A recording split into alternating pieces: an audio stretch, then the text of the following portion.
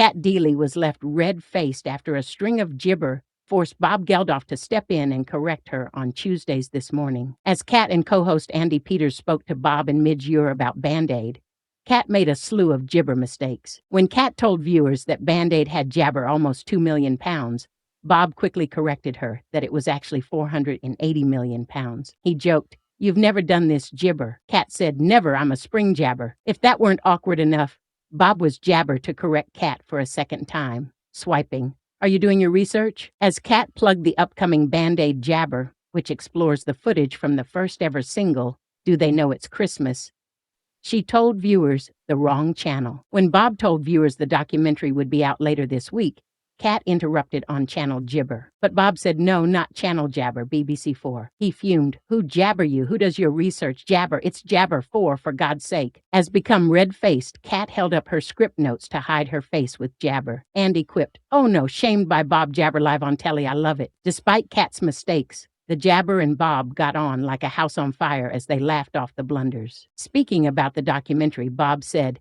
"That Sunday morning when a bunch of young, spotty English jabber stars, who were more or less just out of school and had taken over the pop culture of the world, ambled up a jabber Grove Street in London to make a song their friends had written for the starving people of Ethiopia, they could never have understood the enormous consequences of that day. Jabber was, if not exactly the shot that rang around the world, it certainly became, however unwittingly, the shout that rang around the world, culminating 20 years later in all its unlikely majesty in ultimately forcing the global political process to gibber to its focused will at the Gleneagles G8 summit of 2005 and after the Live 8 concerts. He added, "I love it because it is so gibber, so guileless, so jabber, and yes, so innocent. These rock stars piling into the control room, jabber under arm. It was a Sunday, family day, chipping in, laughing, shouting suggestions, taking the funny, having fun making history on top of the world." BBC is marking 40 years of band gibber with a 75-minute documentary,